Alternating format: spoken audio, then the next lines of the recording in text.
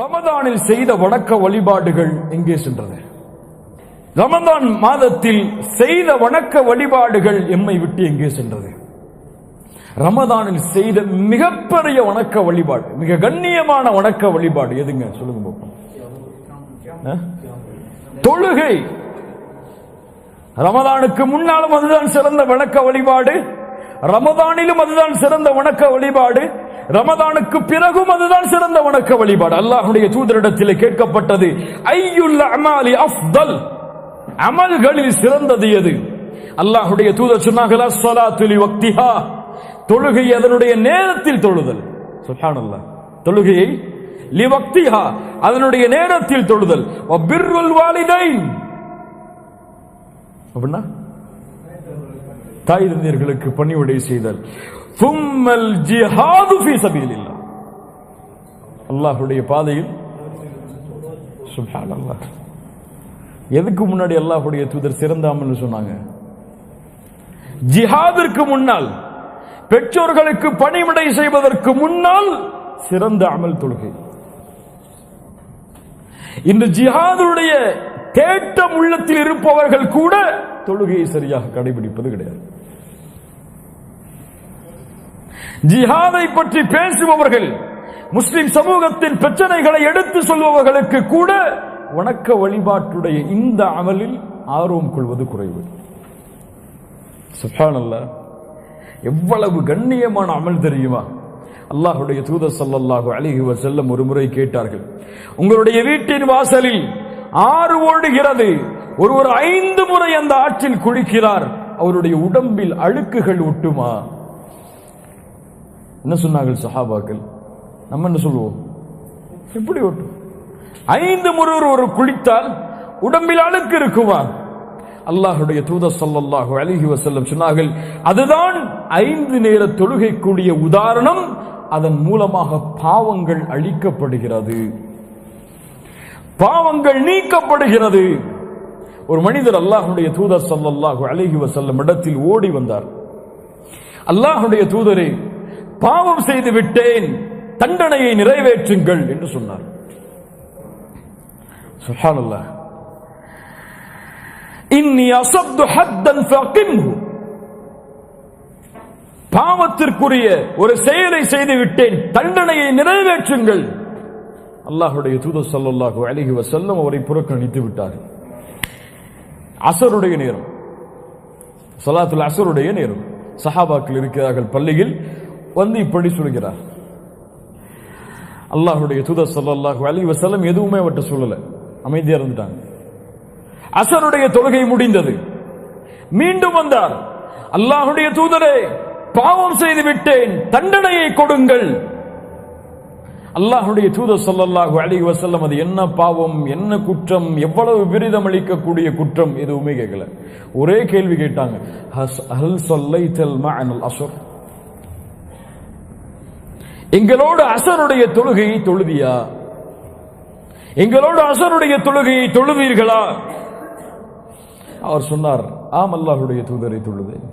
அல்லாஹ்வுடைய தூதர் சொன்னார்கள், இத்ஹப் فإن الله تعالى قد عفا عنك, நீ சென்று விடு, அல்லாஹ் ரப்புல் ஆலமீன் அந்த பாவத்தை உன்னிடமிருந்து மன்னித்து விட்டான் என்று பொருள் வைக்க கூடாது. அஃபா அஃபு, அல்லாஹ் ரப்புல் ஆலமீன் இந்த பாவத்தை உன்னிடமிருந்து நீக்கி விட்டான்.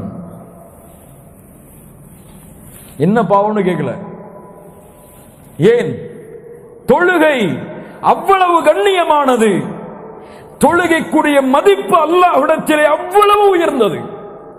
யார் இந்த தொழுகையை அவ்வளவு மதிப்போடு தொழுகிறாரோ அவருக்கு தான் அவர் விரும்பாத எண்ணங்களுடைய எண்ணம் கூலிகளும், அவர் நினைக்காத பாவங்களுடைய மன்னிப்புகளும் அவருக்கு கிடைக்கும். இந்த தொழுகை ஏன் என்று தவற விடப்படுகிறது? ஏன் என்னால் 5 நேர தொழுகையை சரியாக ஜமாஅத்தோடு அல்லது நேரம் குறிப்பிடப்பட்ட முறையில் தொழ முடியவில்லை? இங்கே ஒரே ஒரு கேள்விதான், எது முக்கியம்? அவ்வளவுதான், நான் சொல்லிடுறேன். எது முக்கியம்? இந்த கேள்விக்கு பதில் தெரிஞ்சா நம்முடைய வாழ்க்கையில் எது முக்கியம் எனக்கு தெரியும், உங்களுக்கு தெரியும்.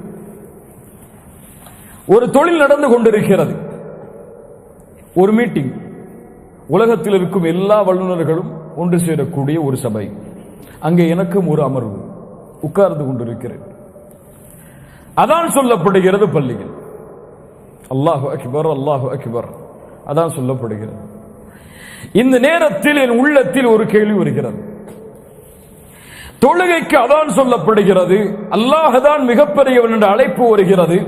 எனக்கு முன்னால் உலகத்தின் தலைவர்கள் உட்கார்ந்து இருக்கிறார்கள். இந்த நேரத்தில் நான் தொழுகையை முற்படுத்துவதால், அதைவிட சொல்ல வேண்டும் என்றால் அல்லாஹ்வின் கட்டளையை முக்கியத்துவப்படுத்துவதா அல்லது இந்த தொழிலை முக்கியத்துவப்படுத்துவதா? இந்த ரெண்டு தான் கேள்வி. யார் தொழிலை முக்கியத்துவப்படுத்துகிறார்களோ அவர்கள் விரும்பினாலும் விரும்பவில்லை என்றாலும் அவர்கள் அல்லாஹுவை விட, அல்லாஹ்வின் கட்டளையை விட தொழிலுக்கு தான் தங்களுடைய வாழ்வில் முக்கியத்துவத்தை ஏற்படுத்தி வைத்திருக்கிறார்கள். யார் அந்த அமர்வை விட்டு எழுந்து தொழுகைக்குடைய நேரம் முடிவதற்கு முன்னால் தொழுகைக்காக அந்த அமர்வை புறக்கணித்து செல்கிறாரோ அல்லது அனுமதி கேட்டு செல்லுகிறாரோ, கண்ணியமான முறையில் சென்று தொழுது வருகிறாரோ, இவர் தொழுகைக்கு முக்கியத்துவத்தை கொடுப்பவர். அதாவது அல்லாஹ்வுடைய கட்டளைக்கு முக்கியத்துவத்தை தருபவர். என் வாழ்வில் வரக்கூடிய எல்லா நிலையிலும் இதை பொறுத்து பார்த்தால், என் ரப்பு எனக்கு முக்கியமா, என்னை படைத்தவன், பரிபாலிப்பவன், உணவளிப்பவன், இந்த வாழ்வாதாரத்திற்கு சொந்தமானவன், இவன் எனக்கு மிகப்பெரியவனா, அல்லது என் தொழில், என் வருமானம், என் குடும்பம், என் திருவிழா, என் வீட்டு நிகழ்ச்சிகள், இது என்னுடைய வாழ்வில் மிகப்பெரியதா என்ற கேள்விக்குரிய பதில் அல்லாஹ் மிகப்பெரியவன் என்று யாருடைய உள்ளத்தில் எழுகிறதோ அவர்கள்தான் வெற்றியாளர்கள். யாருடைய உள்ளத்தில் எழவில்லையோ அவர்கள்தான் நஷ்டவாளிகள், தோற்றவர்கள், வாழ்வின் யதார்த்தத்தை, உண்மையை அறியாதவர்கள், ஷைத்தானுக்கு தன்னை அடிபணிய வைத்த முற்றிலுமான அடிமைகள். அல்லாஹ் ரப்புல் ஆலமீன் அந்த கூட்டத்தில் இருந்து நம்மை பாதுகாப்பானாக. வாழ்வில் ஒரு 10 நிமிஷத்தை கூட ரப்புக்காக ஒதுக்க முடியாத நஷ்டவாளிகளை விட வேறு யார் நஷ்டவாளிகள்?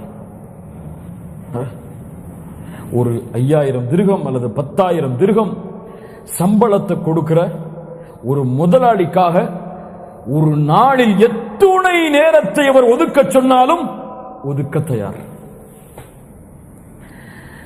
இன்று நோயை என் ரப்பு கொடுத்தால் அவனை தவிர யார் நீக்க முடியும்? எவ்வளவு கோடிகளை செலவழித்தாலும் அந்த நோயை என் ரப்பை தவிர யாரும் நீக்க முடியாது என்று நம்பிக்கை கொண்டிருக்கக்கூடிய முஸ்லிம் ஏன் ரப்புக்காக அந்த நேரத்தை அவன் இழப்பதற்கு தயாராகவில்லை?